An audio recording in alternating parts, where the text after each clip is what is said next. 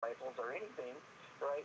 The price of that item all of a sudden in the black market becomes a super highly priced commodity. So what that does is embolden organized crime as opposed to just somebody stealing from a store. Then all of a sudden you have like my cousin Guido and his leg breaking union guys like making sure that this box of assault rifles falls off a truck so they can get it. You know, so I mean, if you look at the United States in the 1920s, for a historical example, they had prohibition of alcohol, and what that did was overnight you had organized crime setting up distilleries all through the southern states, and they were importing that highly priced commodity, thanks to the government, into the major cities all across the country. In you know, there were massive amounts of murder. There's massive crime bosses killing their underlings. It was just incredible the amount of violence that the government created by the prohibition of alcohol. And yeah, but you can compare that to cannabis right now too as well. I mean, not as outlaw. We didn't have an Al Capone that we knew that was famous, and they were having shootouts in the middle of the street. So they say, but I mean, it seemed crazier then than it is now, but not. But the prohibition and we're talking when you get down to like the drug war just in general. It's really in some ways, I mean, in my opinion, quite futile. Mike, we do have a caller here. I'm surprised already. We do have a caller that's come onto the show. Who do we have? This is Tony. Hi, I talked to you Tony. a couple weeks ago. Oh, good. It's good to see you. Well, I don't really see you, but thank you so much for calling in. Would you have a question for Mike? Yeah, I just wanted to add, because I was on a couple weeks ago. You guys were talking about the police state and the prohibition. Yeah, Um, it's kind of correlating and because we were talking about schools and how we felt that schools to spank children in schools is pretty much setting up ourselves to be allowing the authority to take a physical reprimand on exactly. us. Yeah. Yeah, and the state is calling themselves the co-parent now. And they call themselves co-parent in these more recent cases where they've taken the parental rights away from the children that are in the hospital. So the state comes in and says, well, because these people are on state Medicaid or Medi-Cal or Medicare, that we're a co-parent, we can make the decisions in their health. And then we talked about, the last time I called in, we were talking about child welfare services or CS. Basically the state telling us how we are to raise our kids or what is acceptable or what isn't, which we know. We can look at Common Core and see quite clearly the state really doesn't know what to do with our kids. And I called you. What I said on your show was, we have to stand up to these people and stand up for our rights and say, these are our children. We decide what and that you don't have to let these people in your home or anything. So I sat on the radio with you saying this, and I'm not kidding. 2 days later, I had the CPS at my door, and it's the same thing. This is harassing phone calls, and so and I have, cause what they've done is basically if someone wants to harass you, they don't like you, they can call CPS on you once a week, and it will become your new part-time job to deal with these people once a week. And they need to set up a system where people cannot abuse this and use it as a weapon against people that they don't like for personal reasons. And so I have them at my door, and the girl that came to my door, I won't get into too much, but she was covered in tattoos. Her hair was floppy. I mean, she just didn't look professional. And I'm also recovering from this Borgelian skin spiders with Bartonella's infection. So I lost a lot of work, and I really had time to just deal with her. And there are no kids here. They're all at school, so it was like, you can come back another time. And she said, well, you have to talk to me. And I said, what are you going to do? Tie my arms to 2 horses and slap them on the rear? Well, you can't make me talk to you. I will talk to you later. And so she went to my daughter's school. My daughter's 15. Tony, Told my daughter, can I interrupt for just a moment? yeah, First of all, I want to know what I don't know if our listeners know what CPS is, and so if you could just clarify for that, and then I also want to ask you if you would like to ask a question on the topic of the film The Police. What do you feel about that? I mean, what do you feel about what Mike? Do you have any questions that you want to ask Mike in terms of? video because my husband pulled out his phone and we videotaped. The police came to my perfect. house. The police came to my house, and you can just, it's a funny video because my husband, well, I'll just do just real quick brief description. When they came back the second time, after they had interviewed my daughter and told her I was abusing her, and then also asked her about my beliefs, my medical history, if I took any pills, I mean, all kinds of strange questions. And like I said, my daughter is 15. So when they came back the second time, when they were kids, my stepson was suspended from school from being inappropriate to females at school, and he goes to military school. So he was home from school, and they wanted to interview him. And we had just said no, because he's suspended right now, and he's not our biggest fan, you know. So like we just said at a time, well, the police came, and I actually did not know the police were here because they had us like Bonnie and Clyde. They had our streets blocked off. They were acting like we were keeping a kid hostage. They took our own yard tools out of our yard and were beating on our house with it. They were literally trying to bust my front door in. And to the people who have come on Revolution Radio, come on the chat and said that I'm a plant from whoever plants people in your guys' chat rooms, I actually did this because of what I said on your radio show that Friday. I felt like I had an accountability to people who heard that and a responsibility to practice what I preach. And I just wouldn't answer the door. And they literally trying to bang my door down. Then they came into my backyard armed with my own yard tools. And we have the whole thing on tape. The whole thing is on with videotaped on my husband's cell phone. Oh, great. And, I want to ask Mike, what do you think about this? Yeah. If I could. Yeah. I think you documenting what's going on with the police and with Child Protective Services is very, very important. And definitely just upload everything. And something else you need to remember, okay, unless there's been a warrant issued to obtain or question, to obtain information about you by the police, signed by a judge, you do not have to speak with them, period. Like, and this is the beauty of the video. The beauty of the video is that I had just been listening to Coast Tonight before, and they covered this. So the beauty of the video was that the police are in my backyard, they're in the window, I'm on the phone with the police department telling them, you have no business at my house at all. And literally when I started to name the three things, I'm on the phone, you can hear me say it, I said there is no visible emergency, I have not invited them in, and there is no warrant. And the one officer mouthed to the other officer, and you can see in the video, he goes, gotta go, and they just left. They left after that. Tony, this is Terry. You know what? We're unfortunately and say that on camera so it's documented. If you assert your rights and there's no camera around, 9 times out of 10 the police can make up anything they want.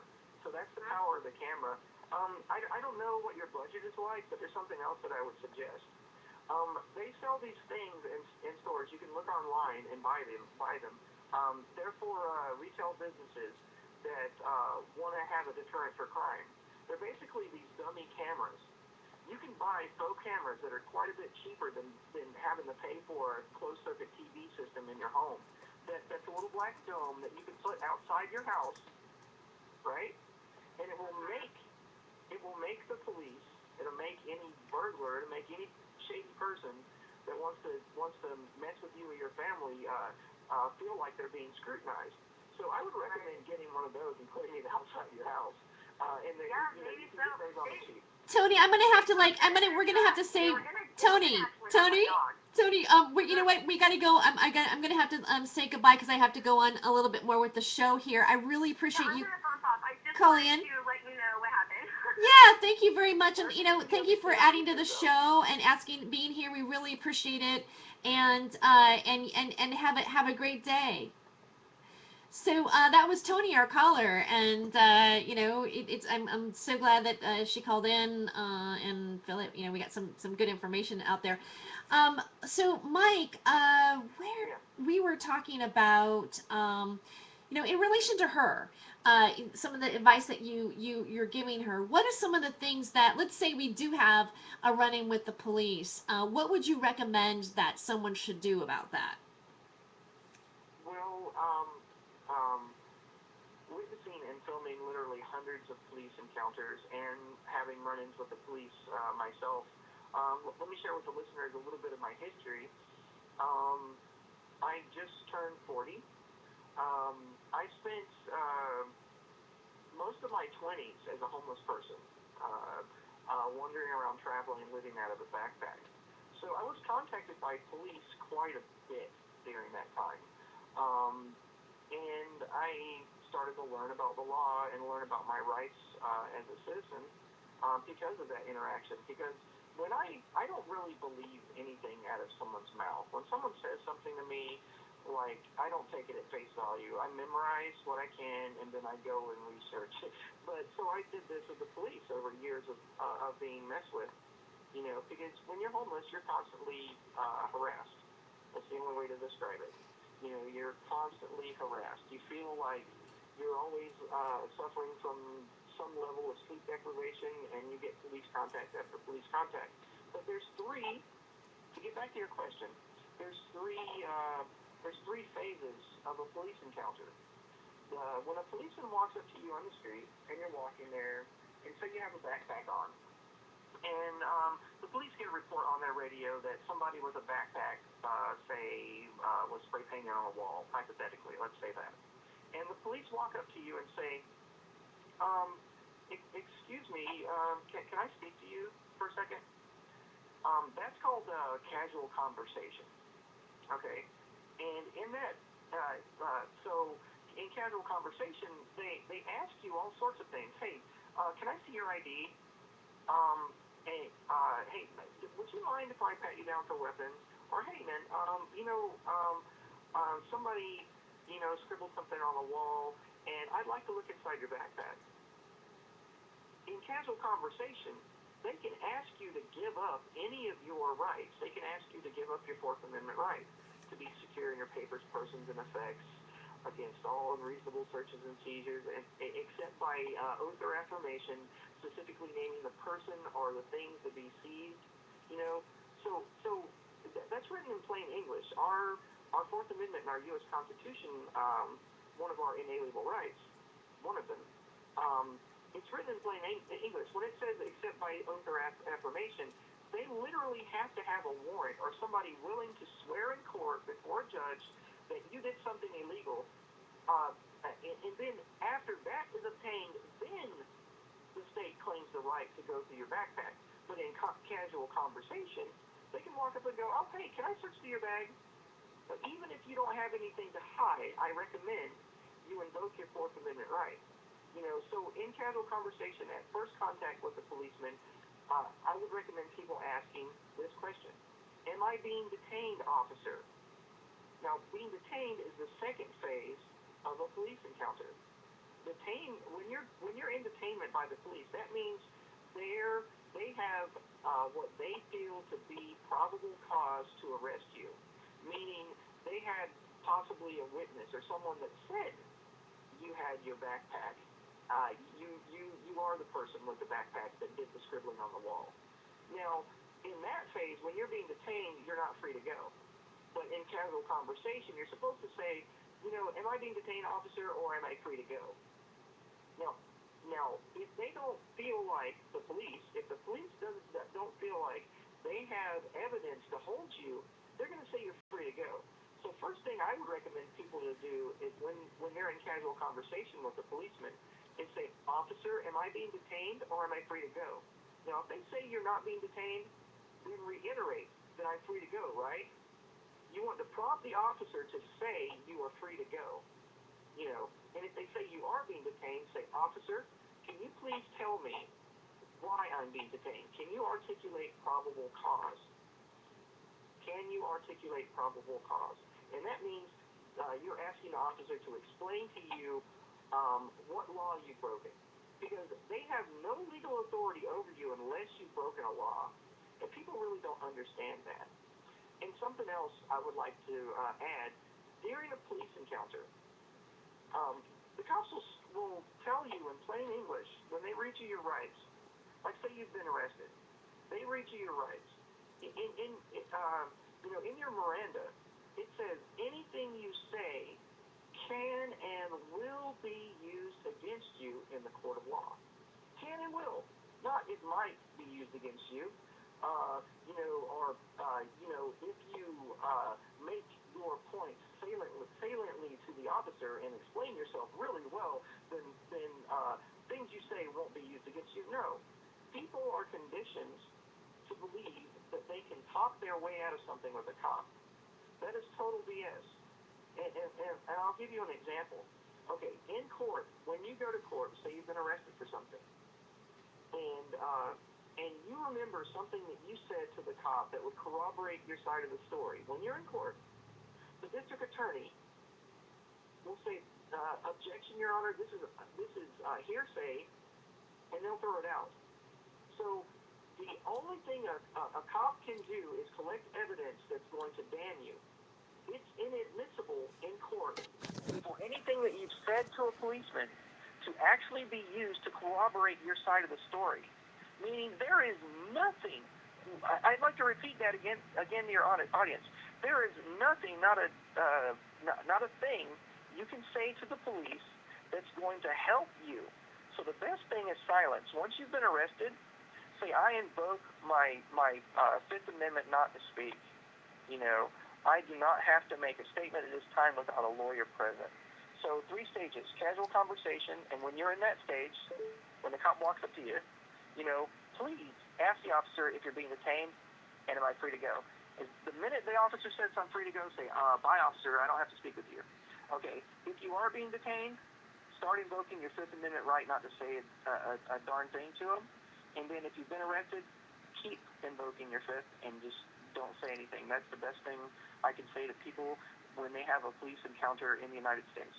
Because I know this is probably an international audience. You probably have people that are listening from other countries. And for those people, I have no clue as to what you do when you're interacting with the police.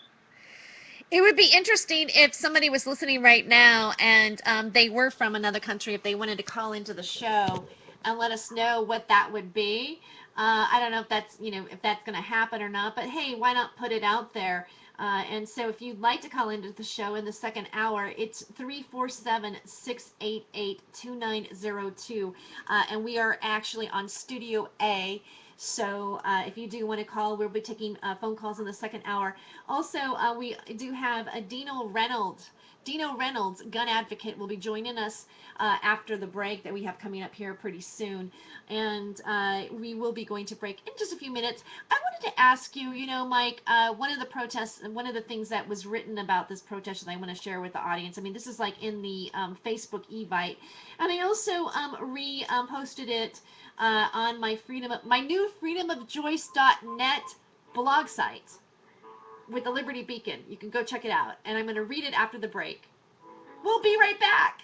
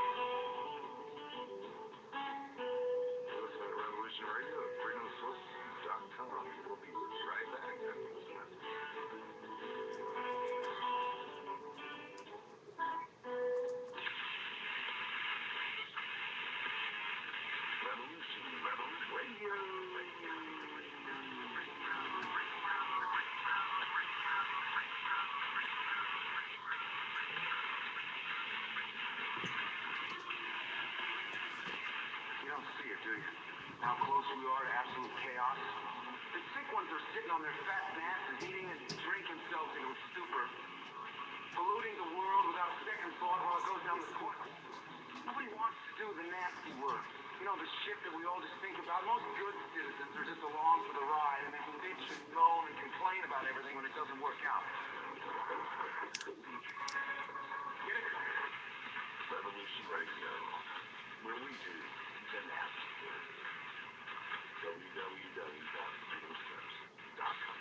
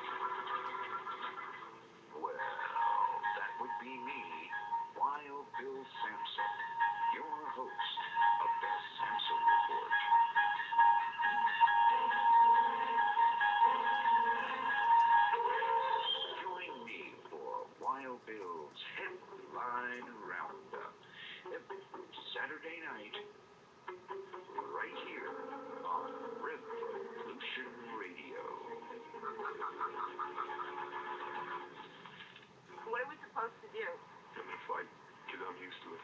The rest of you are gonna have a tougher choice. But look, I don't want to sell it to you. It's too ugly for that. It's ugly, and it's hard. But when you're fighting in your own backyard, you're fighting for your family. It all hurts a little less and it makes a little more sense. But for us, this is our home. Even the tiniest food can drive a big dog crazy. So the first thing we have to do is learn how to work together. Become a unit. That's gonna take some time. So we're gonna have to evolve. Rewire our defenses. Learn new skills and adapt old ones. So we'll find people we can trust. Friends with their ears to the ground who can help us get the things we need to fight back. Watch what they do. Study their tactics that will you. The more we know, the easier it will be to hurt them. But we need to be smart. We need to be patient. And do it on our terms. When we're good and ready. We inherit our freedom. Now it's up to all of us to fight for it.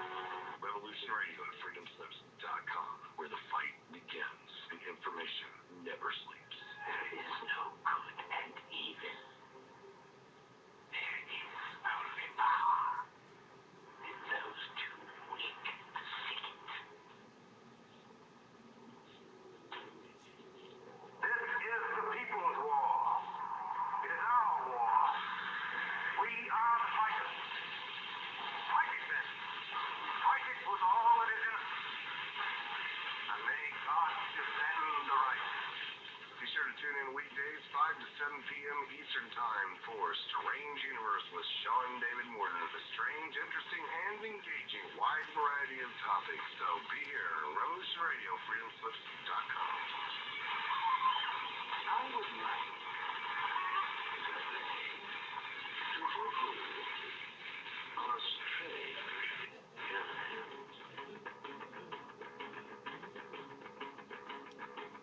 Revolution Radio.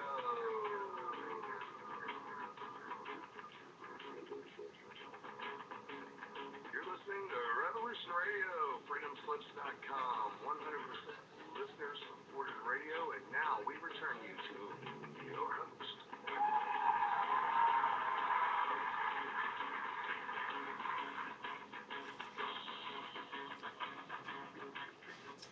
And we're back with more Freedom of Joyce on Revolution Radio at freedomslips.com.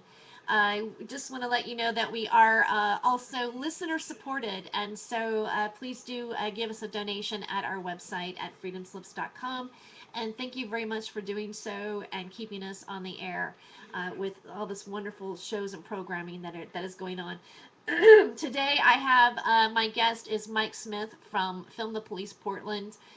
There is a protest happening, and if you go, I did a blog on it. I do have a new blog site, freedomofjoyce.net, and it's still being built. I don't have my Liberty Beacon logo on it yet, but it is with the Liberty Beacon, which is a worldwide news media that we're just growing and expanding all over the world, giving the information about all kinds of things. Liberty, you name it. If you want to find out information about Fukushima vaccinations, we had a guest on talking about Morgellons disease and Edward Snowden. It's all there, and it's being blogged and posted by just people who care and have shows and or don't have shows, but just activists. And there's just so many different groups and liberty issues that are associated with the Liberty Beacon. So anyway, I did write this. This was taken from. I just kind of included the Evite on the blog post, and I just want to read what Mike wrote on the Facebook Evite. And the subject matter with this particular protest is also dealing with how the homeless is treating people. I mean, how the Portland police are treating the homeless. And Mike Smith himself has experienced being homeless as well. So not only is he observing it, but he's actually lived it himself, and that always makes things more intense in a way. And I love what he wrote. He said, "We march because the police need to be held accountable for their actions. We march because an injury to one of us is an injury to all. We march because we can beat City Hall. We march to stand in solidarity with our homeless friends who cannot sleep with adequate cover from the elements because of anti-human laws that need to be changed." So just wanted to bring that out there. I also want to welcome to the show Dino Reynolds has joined us now. We've had a couple of times where he's been a featured guest here. Dino's going to be a regular, bringing on the keeping us up to date with gun advocacy. Dino, welcome to the show. Good morning, Terry. Good morning. How you doing? Well, I'm doing great, and good morning. Although officially it's 12:05 on the. It feels like morning. I mean, a lot of times I don't wake up until noon, but uh, I'm not gonna lie. I've many 12:30 p.m. Wake up hours before, but yeah, and again we're also on the East Coast. But yes, it's good to see you, Dino. What do we got going on? What's going on in the world in terms of? Well, there's a lot of things going on that I want to talk about. But first of all, I want to commend Mike for what he's doing and his efforts. It's very important that he's out there filming. And what he had to say this morning was very important. I listened to it about how we're being conditioned in schools and also, our rights when we're stopped on the street. There's a very important YouTuber called the Haas USMC, which he goes out in Portland and different cities, and he openly carries, which is legal in a lot of states. We can carry your gun openly, and cops often stop him and harass him, and he knows it's his rights, and he's very well spoken, and he doesn't show the police his ID. That's important. You don't need to show him your ID unless you're being detained. And Right. he's not doing anything wrong by openly carrying, but he's constantly harassed by police, and they ask him. He knows the right things to say, so that the police cannot do anything to him. And I think that's very important that we know that the police are not the ultimate authority. And again, thank you, Mike, for all your efforts out there. Oh, you're quite welcome, man. I mean, I do this. I feel compelled to do this. What I'm doing. I've been doing some sort of activism since 2007, but this filming the police project for the last year is some of the best work, some of my best contribution, I think, as an activist has been done in the last year. And like I said earlier, I'm not special. There's literally thousands of people around the country doing this, and it's a wonderful thing. There's a revolution going on right now with scrutinizing the state on camera, and I can't take the only credit I can take for it is my little piece of the resistance to the tyrannical state that we happen to be in. Yeah, I do thank you. And it's very important what you're doing, and I hope more people do it, and you're showing us our rights. And as you said, if they do it to other people, they're doing to us. You give them the right to take away our rights. As I always say with gun advocacy, in California and Connecticut, what's going on today, they're taking away our gun rights. And I always tell people, when you allow them to take away our gun rights, they're going to go after your guns next. And I get comments from people on YouTube all the time. I have a YouTube channel called Dino Dad 32, and I talk about it all the time, and I get comments from people in Texas saying, oh, they're never going to do that in my state. I said, when you allow them to take away my guns, you give them the permission to go after yours next. And that's what I came here to talk about is, the people of Connecticut, they're being treated terribly today. They're being threatened with imprisonment for having guns that they legally bought years ago, and now they're taking away their rights. And, it's taking away all our rights. What I believe in is that there should be no restrictions on guns. You can have whatever gun you want. And people say, well, you're crazy. That's not the way it should be. I said, yes, it should be. You should have freedom to have any guns you want. Because once you take away one gun, they want to just take them all away. You know, I want to talk about, isn't this true, Mike? You know, I want to talk about... That is a truism. I mean, there's an agenda by very powerful organizations, okay, that work behind our quote-unquote legitimate government, and in quotes, because I'm an anarchist libertarian. My political philosophy is a hybridization between anarchist and libertarian. So I want to limit government to a point to where it's so small that it practically doesn't exist. You know, kind of like the philosophy of the founders. When our Bill of Rights and Constitution was created, all the government's job was to provide for common defense and take a census. And now we have this gigantic, huge, massive government that has so much power that it can basically take away, it claims the authority now to redefine our inalienable rights as privileges that they can give and take away. And you're absolutely right, Dino. It's a psychological war between the haves and the have-nots. Those that have all the wealth, those that have all the good land, those that have all the access to the banking system, you know, and then the rest of us poor plebes at the bottom, you know, and their war, people say, oh, when's the revolution going to start? Well, I like to say the revolution has already started and you're not in it. I mean, every time you turn on a TV, read a newspaper, I mean, I'm sorry to go off the deep end with conspiracy here, but I mean, there's groups like... That's okay, don't worry about that. We're... Commission, you have the Bilderbergers, you have, you know, you have the United Nations. I mean, if you want to learn about the United Nations agenda, all you need to do is look at a picture of the front of the UN building in New York City, and they have a huge sculpture of a 38 caliber handgun with the barrel bent and twisted.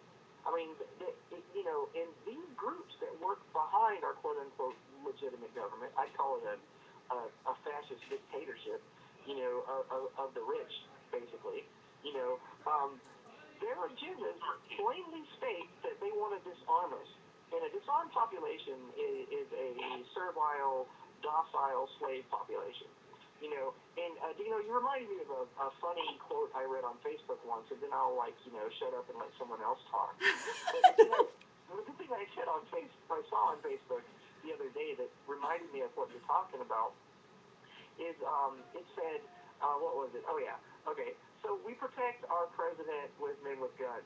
We protect our borders with men with guns. We protect celebrities and our mayors with men with guns. We protect our children in school with a little sign that says gun-free zone. Like, how is that even logical? Like, I've been to town hall meetings where they're talking about, you know, gun legislation, and I'm looking there, and the mayor has extra police there, and the mayor has, our mayor in Portland has a concealed carry private security guard that goes, when there's a big meeting where there's a lot of people, he's always there, and he's got a gun, you know? So these hypocrites, you know, I mean, like how many armed men are around the president when he goes anywhere? Yet he wants to disarm the public. So what that tells me is that the elites want the guns, and they don't want us to have them. I mean, it's as plain as the nose on your face if you just look at the way these quote-unquote authority figures surround themselves with people with guns. And then they want to tell us that it makes us safer society. Well, I would tell them then, hey, Mr. President, how about you fire, you know, half of your Secret Service detail, not even all of them. If guns make us safer, then why not, you know, put your money where your mouth is? And they won't do it.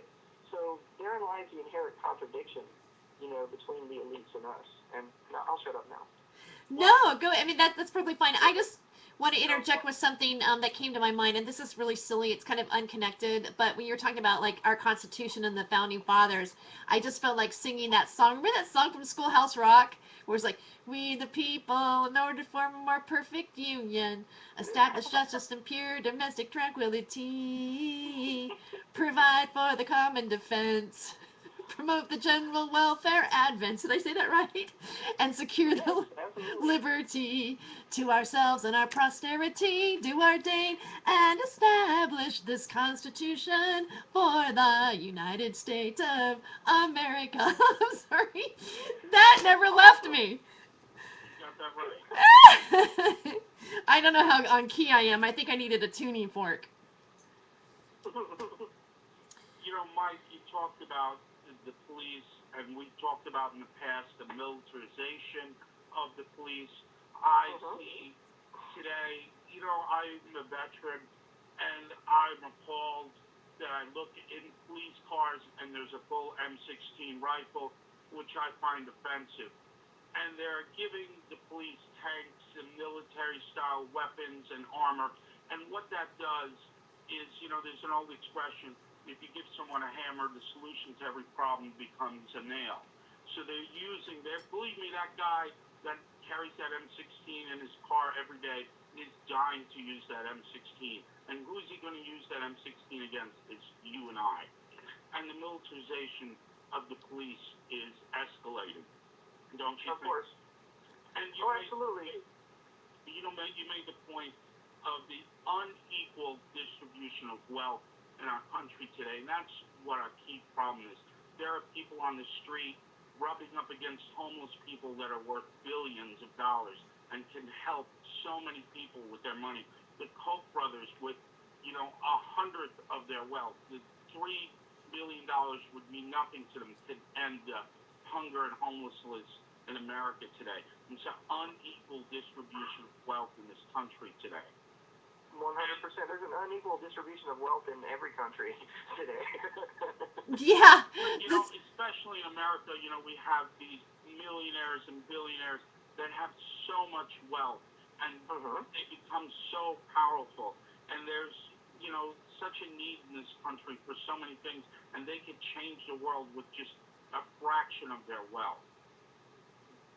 Don't you think, Mike?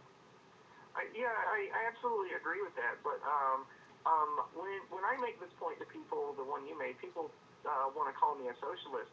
But I'm not really. I don't really advocate for that kind of thing. What I advocate for is to give people access to the monetary system, give people access to the ability to create wealth for themselves. See, being somewhat libertarian in my philosophy, I understand that things would work better in a free market. But here's the thing. There is no free market. There's the illusion of a free market being perpetuated by the right side of the false right-left paradigm, as I call it. It's something that I plagiarized from Alex Jones's use of language. But the right side will tell us that there is a free market and all we need to do is just deregulate, blah, blah, blah, blah. But they're really a fascist corporatist market. I mean, Benito Mussolini defined fascism as the marriage of corporations to the state. So Mussolini's version of fascism, the government took over the corporations. But what we have now in the United States is through lobbying and through corporate manipulation of the law, we've had the corporations take over the government. Now, the net result for the people is the same. We get fascist tyranny.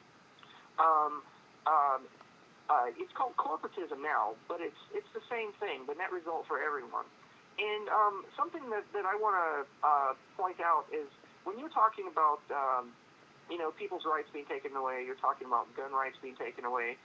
Here's something that the elite do to manipulate us in mass media to focusing on one another as opposed to them.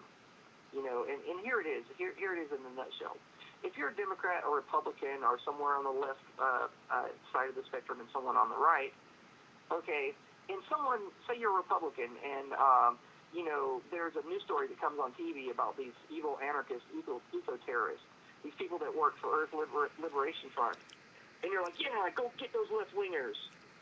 Okay, the amount of liberty we have as a society, imagine it as a straight line, and you have the right on one side, and at the other end you have the left.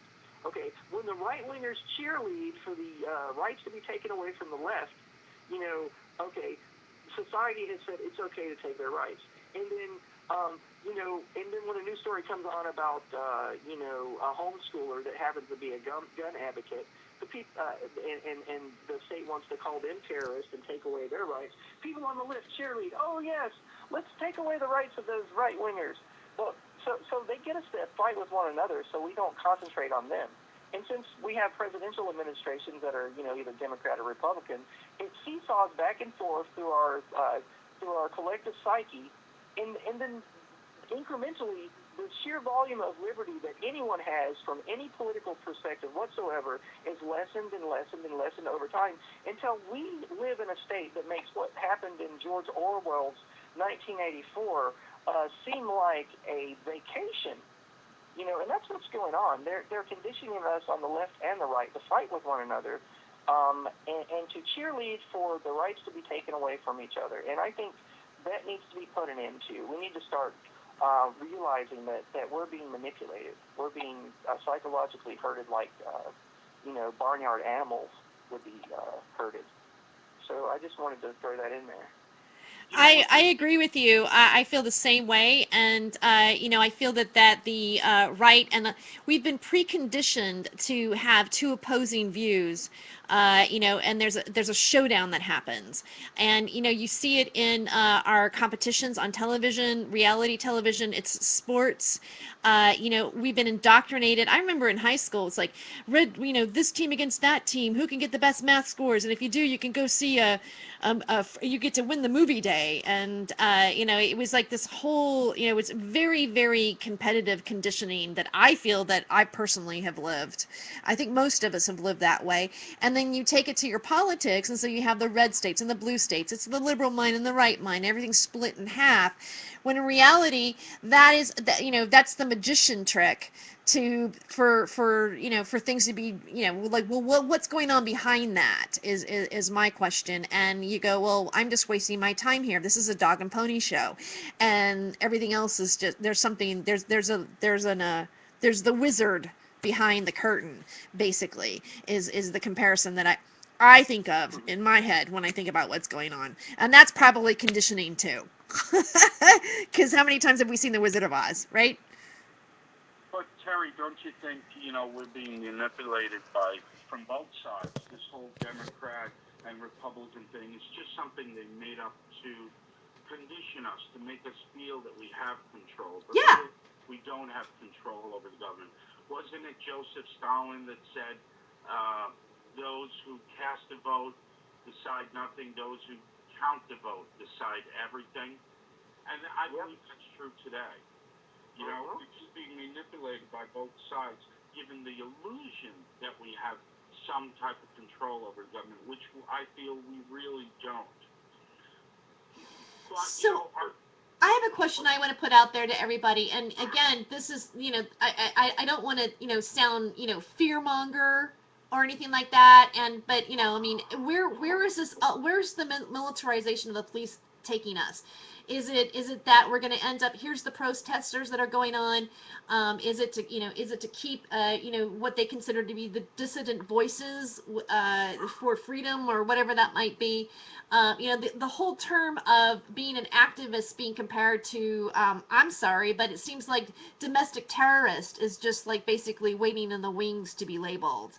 And this would be the reason why our police needs to take this sort of tactic, because it's the very people that are looking to make change happen.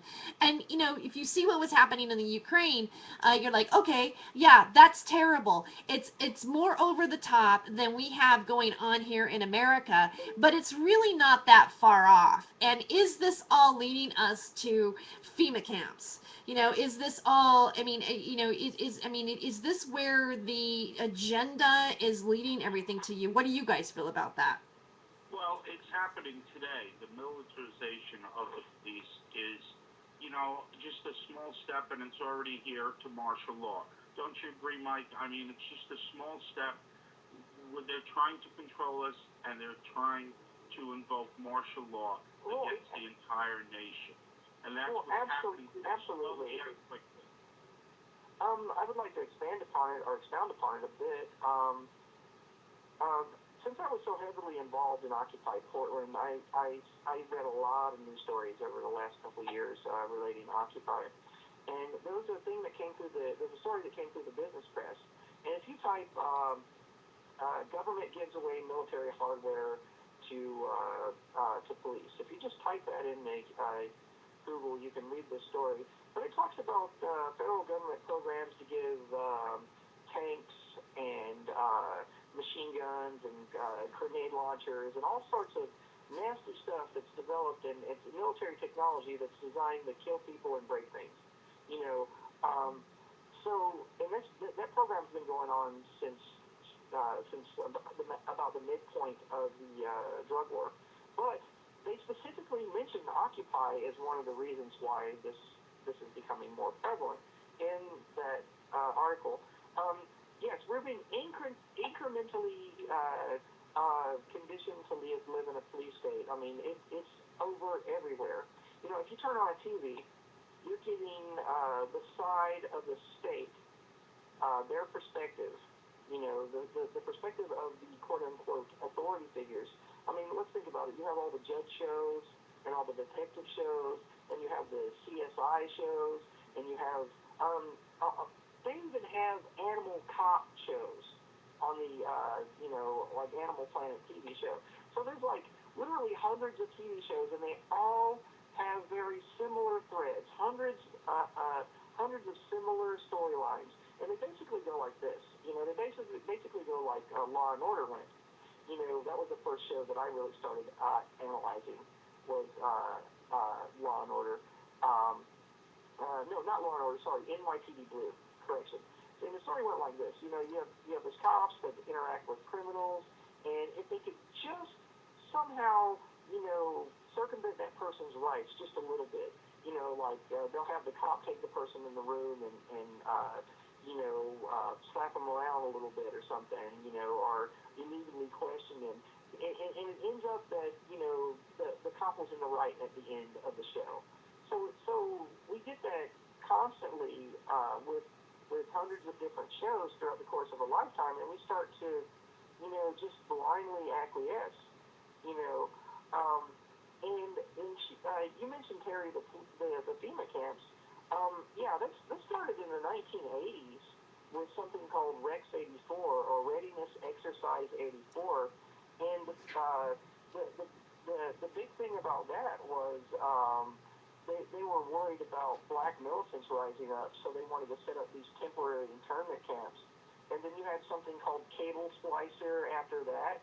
If you just Google Rex 84 FEMA camps or Cable Splicer, or the newest documents I can read about the FEMA camps is something called Homeland Security's End-Game Plan. If you Google Homeland Security End-Game Plan, you can actually read the PDF file. The government admits this, that in case of an immigration emergency, they will intern people in these camps. And something that I understand from reading history is that governments don't give themselves powers. Government doesn't write into laws things that they don't intend to use. It just doesn't make any, it's not logical, you know? So it's a very frightening precedent that we have these hundreds of internment camps in the United States. And the government knows full well what's going on. They understand our economic system. You know, it's a mathematical impossibility for the Federal Reserve to keep printing so much fiat currency that it inflates and inflates and inflates. Because inflation is a hidden tax that the bankers are levying against everyone. Every time we buy something, the inflation is getting more and more and more. And they know this. Eventually, our economic system is completely unsustainable. And unless something's done to change it. We'll be right back with more Freedom of Joyce. Stay tuned. The front door was locked and I couldn't get through.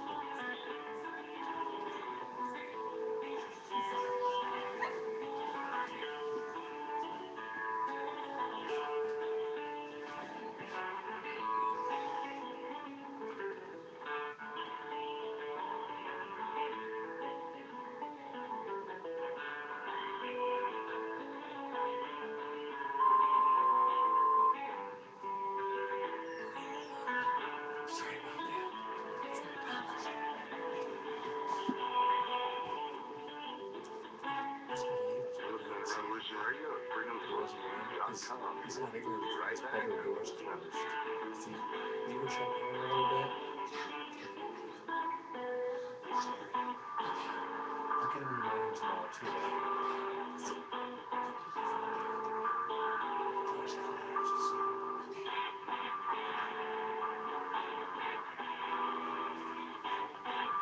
We're in a narco-syndicalist commune. We take it in turns to act as a sort of executive officer for the week. Yeah. But all the decisions of that officer have to be ratified at a special bi-weekly meeting, as I see, by a civil majority in the case of purely internal affairs, be quiet, or by a two-thirds majority in the case of more quiet. I order you to be quiet. Look, you stupid bastard, you've got no arms left. Yes, I have.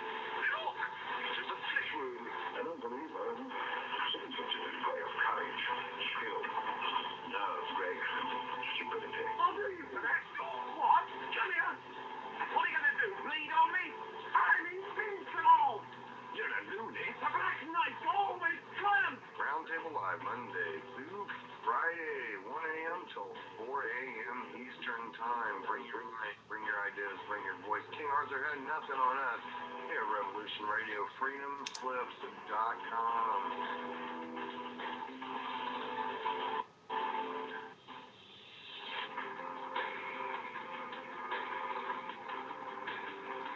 Guess what, man? You got the Nighthawk here, man, and I'm telling you news, information, entertainment, and everything that is so awesome about Revolution Radio is right here for the taking. But, you know, Revolution Radio's hosts keep it hopping and rocking year-round, 24/7.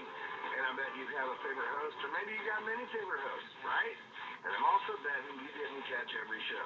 So now you can order the Season 2013 podcast disc. It's all of your favorite host shows, each show, depending on who the host is, from 2013. For now, $30 per host, which means that you get the podcast of every broadcast in 2013 that your favorite host did, starting in February, actually, this year.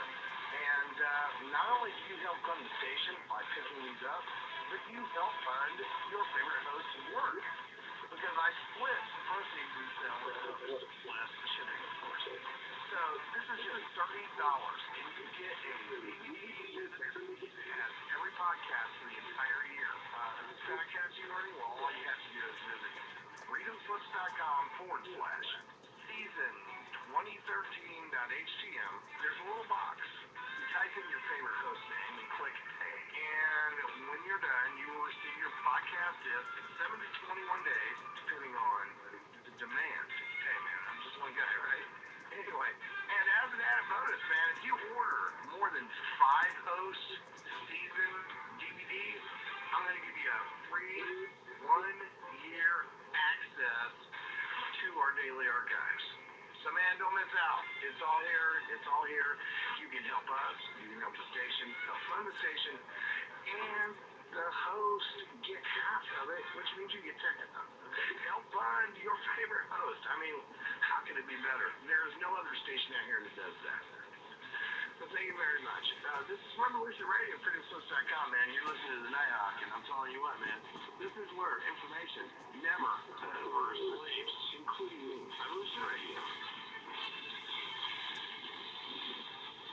Enjoy your extra big-ass fries. Speaking of fries, I got an itchy box. Would you like another extra big-ass fries? I said I didn't get any. Thank you. Your account has been charged. Your balance is 0. Please come back when you can afford to make No, the purchase. no. I'm sorry, man. Come on. I'm starving.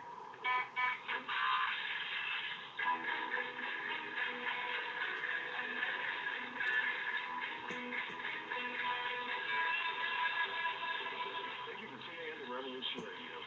Here at Revolution Radio, we believe in freedom of ideas, freedom of speech, and above all, we believe in freedom of existence for self-reliance. This station is 100% listener supported and has a fundraising promotion. I have a kick-ass free gift for a listener donation. 35,000 seeds. 25 years in the freezer. Long-term storable, 54 different varieties. So if your prices go crazy, hits the fan, or you just want to save tons of money every year by creating your own food like I do, grab our Seed Pack special. Just look at the banner on the homepage at freedomslips.com. Don't be a statistic. Don't be part of the problem. Be part of the solution. We need as humans to start taking care of ourselves and not depending on the megacorps to provide unhealthy, nasty food. Included in this package is also a DVD with 900 survival and offering living documents, an offline home canning how to do everything website, all on the DVD. So when you're growing all that food, you know how to can it, store it, preserve it, etc. with all these documents. So thank you for tuning in to Revolution Radio at freedomslips.com. I hope that you will pick up the message and start free. Revolution Radio, Freedom Slips, where information never sleeps and freedom is one seed.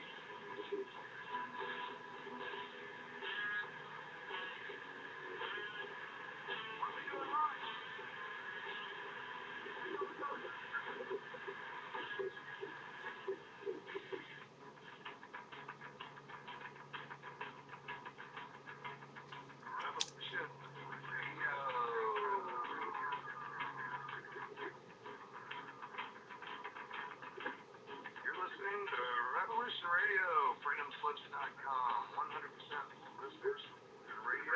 So we return you to your host.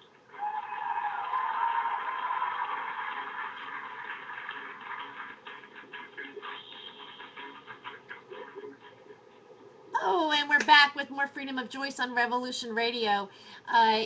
With me, I have Dino Reynolds, a gun advocate, and also Mike Smith from Film the Police Portland.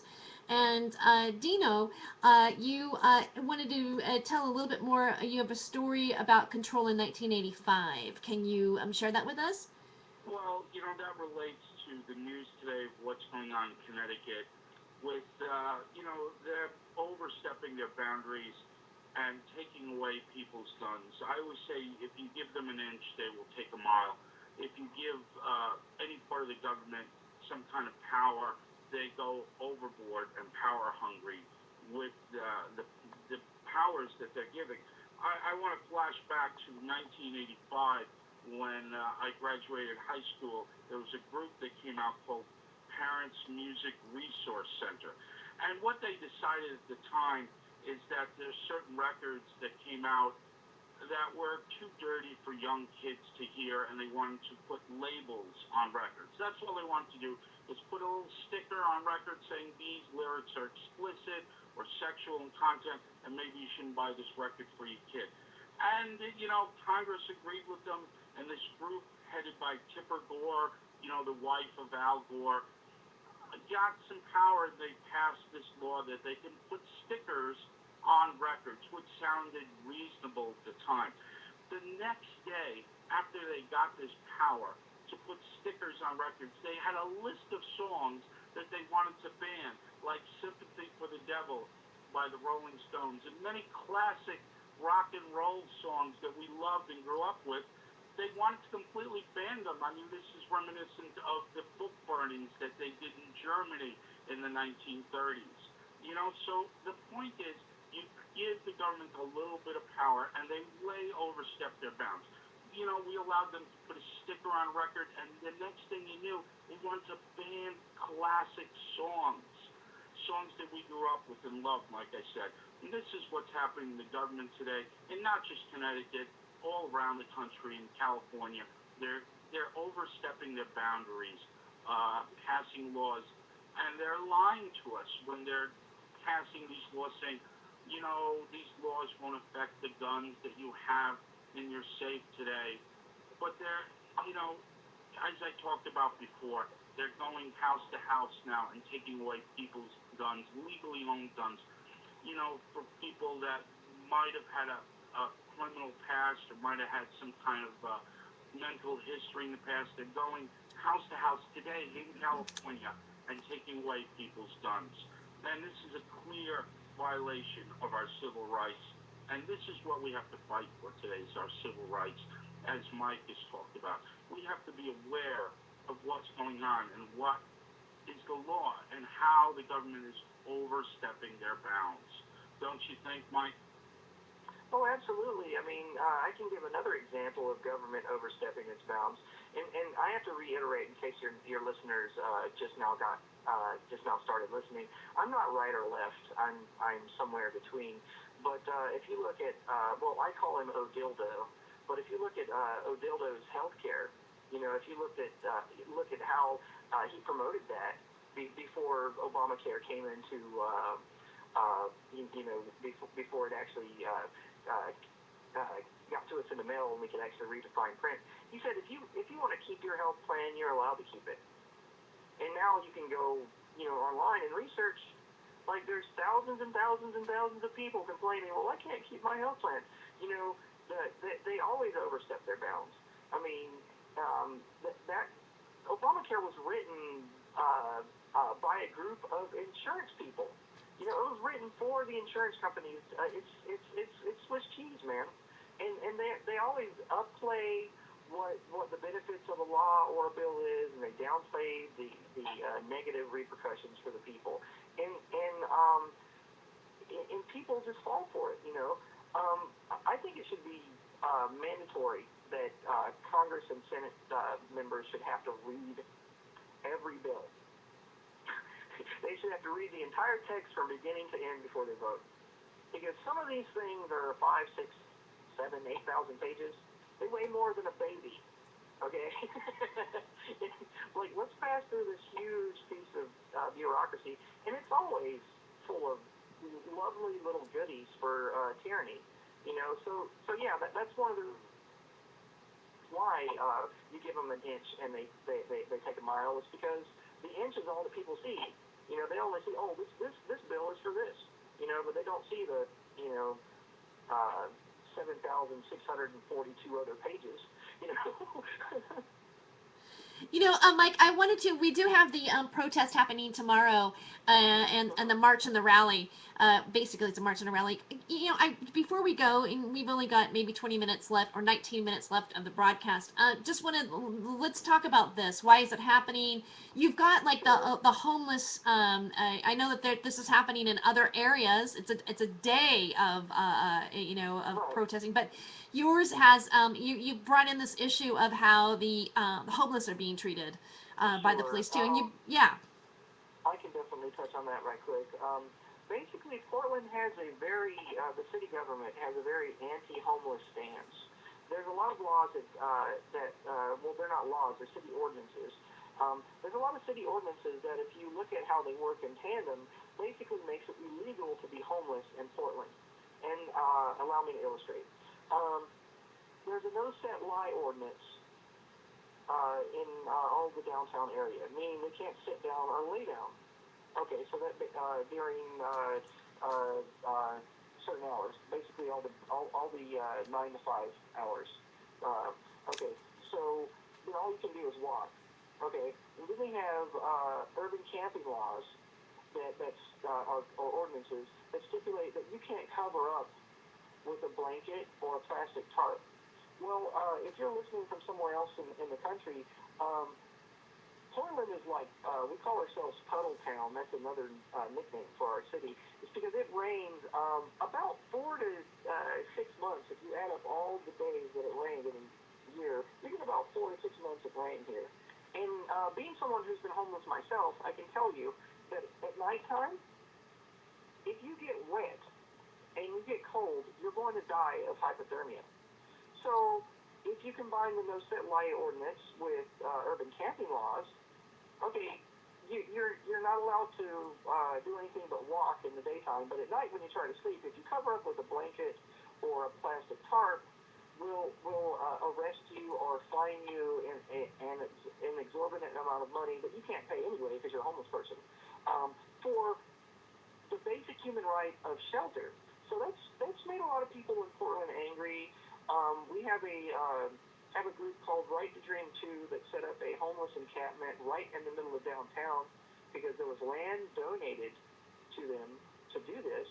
And the city just now relaxed, but for about 2 years they were fining them a couple $1,000s a day to try to get rid of that homeless encampment. So the way that our city government is treating our homeless population here in Portland is morally repugnant, and it's icky. And one of the reasons why the homeless get treated so poorly in any city, like there's laws like this or ordinances like this across the country, it's because we perceive homeless people to be less than us. Us house having people, nine to five having people, and it's a societal problem. You know, I'm not saying everybody perceives this way, but it is the least common denominator. The majority of people see themselves, in a way, as above homeless folks, and that's why governments can get away with treating them poorly. But what people don't really get or understand subconsciously is that when you take the rights of a homeless person or you take the rights of a millionaire, it doesn't matter. They're all inalienable rights. So we really need to start treating, as a society, an injury to one of us as an injury to all of us. And then these things will start changing. So we can't petition our government to change something. That doesn't work. Okay, Occupy taught us that. You know, we freely assembled and then the government stomped on us. You know, but Yeah. if we can change public opinion and actually get this issue of income inequality as talked about at everybody's dinner table, you know, through radio shows like yours, Terry, or through Bernard's YouTube stuff, or through cop watching groups, however you can get issues that are important in the forefront of conversation, do that. And then we'll see substantive change. But so the march is going to start at Portland City Hall at 4:30 and go to 5:30. We're going to march from Portland City Hall to Right to Dream 2, which is that homeless encampment, and then back to City Hall. And like I said, there's a bunch of other activism events going on that same day in Portland, and I'm only expecting about 50 people. So it's not a huge march, but it is an important event. And I think it's just very important to, and it's not just about advocating for homeless folks, it's about police brutality. You know, everybody can get pulled over. Everybody can, get that psycho cop whose girlfriend just broke up with him, you know, that's going to be called to your house, you know. So it's about, raising awareness that cops need to be scrutinized. You know, out of everyone, out of all the jobs in society, they're one of the people that need to be monitored by the people. If people would like to check out my work, I'd like to plug my stuff.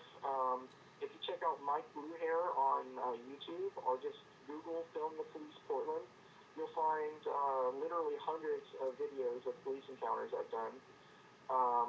And check out filmthepolicepdx.com on the interweb.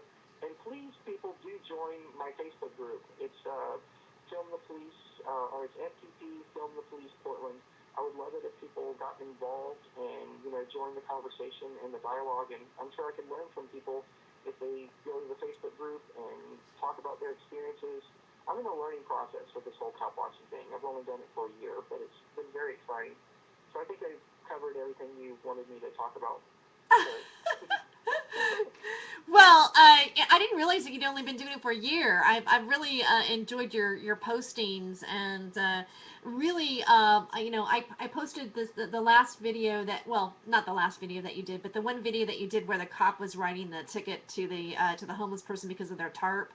I have that video included in the Freedom of Joyce post, and it just says so much, and I really commend you for capturing real life activities, showing people what's really taking place. I mean, there's a difference between, you coming on a radio show and talking about it, and having the actual footage for people to see. And so, if someone is listening to this, do go to freedomofjoyce.net. You can also see it at, where's your YouTube channel at? Oh, it's under Mike Bluehair, but if you put Film the Police Portland into YouTube, you'll get literally hundreds of videos will show up. Like, I get page after page after page of stuff, so. Yeah, and you're aren't you out, you do it every Saturday?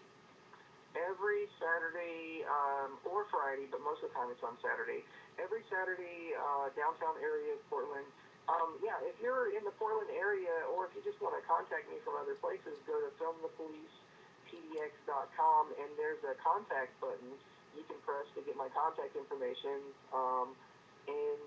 I'd love to have more volunteers on the street filming cops. And to reiterate, it really is empowering. I mean, you get to learn a lot, and just to have that power in your hand with the camera is a wonderful thing.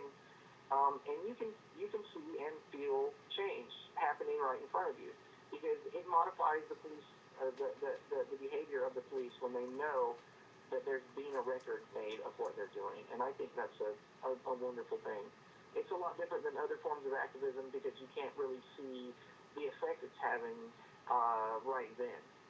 But when you have a camera in your hand and the cops know that you're monitoring and they know they have to be honest, it's a wonderful thing to behold. It really is. So I encourage people that either join my group or Google Cop Block and then the name of the city they live in, and get involved. Great. And Dino, where can our listeners find you at? As always, you can find me at dinodad32.com, and that will give you a direct connection to my YouTube channel. And I'd love if you go to my YouTube channel, watch some of my videos, and I talk about a lot of things that Mike talks about on my videos, and about many different subjects, including gun rights. But you can go to dinodad32.com or look me up on Google, dinodad32. And I also want to point out to Mike, did you realize the double entendre with the FTP symbol that you have? When I first saw that, I didn't of course, I intended that to be a double acronym. Fornicate the power or fight the power. It could stand for a lot of different things. And again, I want to say thank you, and we all commend you for your efforts. They're very important to show us our rights and to show what the police are doing. And we all know that the police have a very difficult job. I think they have a terrible job. I wouldn't want to do what they do because I couldn't control myself. I would be angry.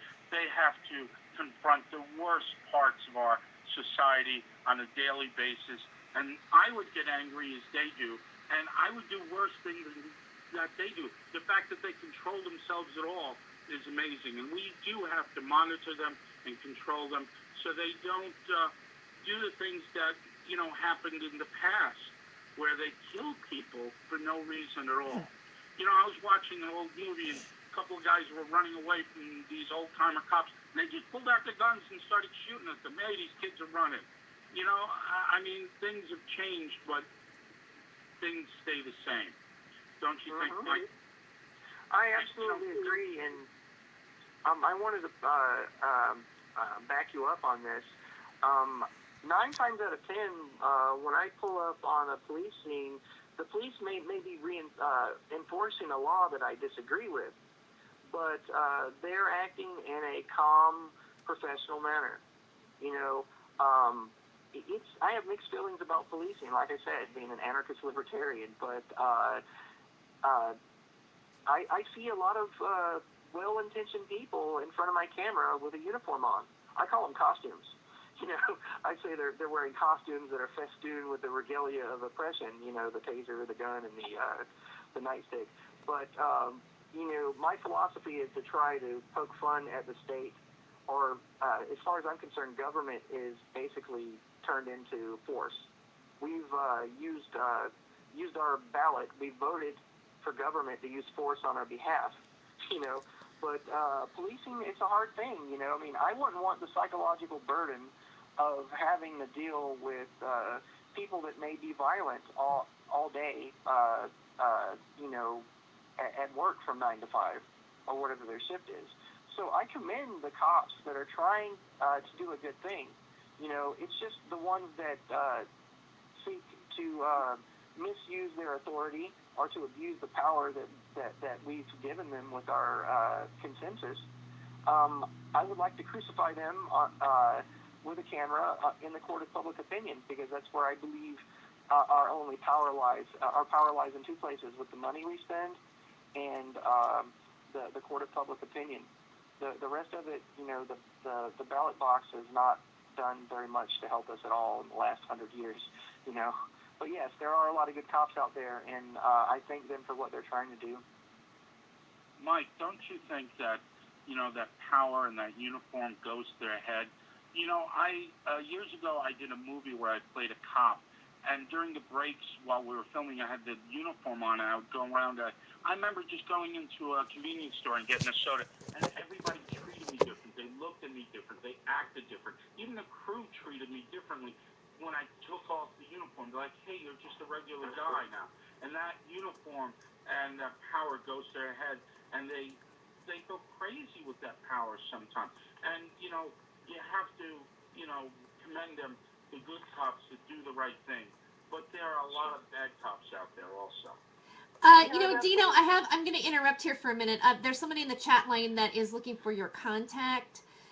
Producer for Studio A, can you please send contact for guest Dino something? Is there a way that, I mean, I know that you gave your YouTube channel. Would that be the way that this person could get a hold of you? Yeah, my YouTube channel, DinoDad32. Also on my website, DinoDad32.com. There is a link to my email, and I'd be happy to receive email from people.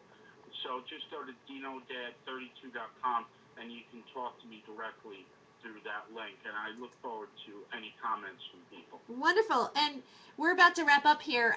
Just want to thank everybody for listening, and my guests, Mike Smith and Dino Reynolds, for being here too. We've just got maybe 3 more minutes, but I want to throw that out there.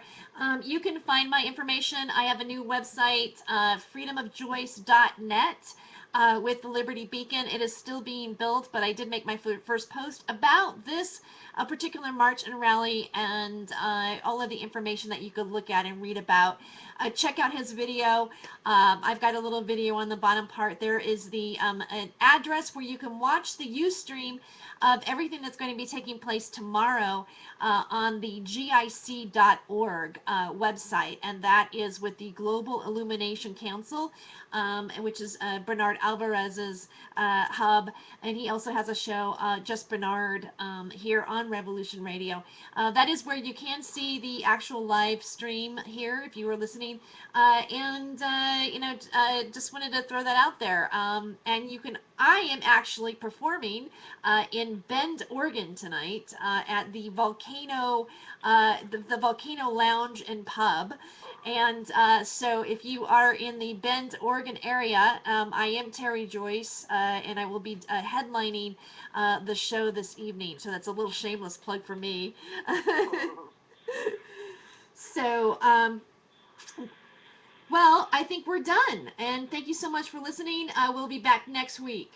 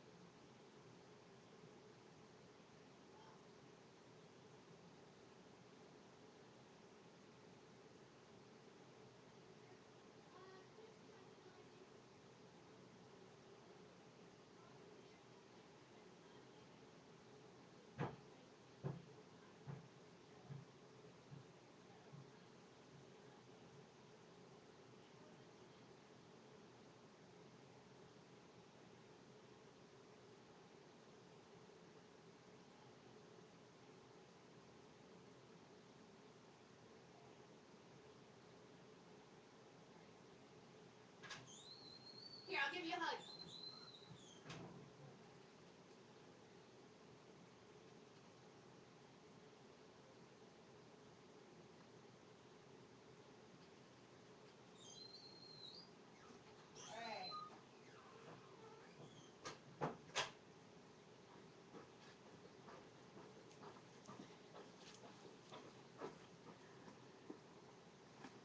Oops, still going. Sorry.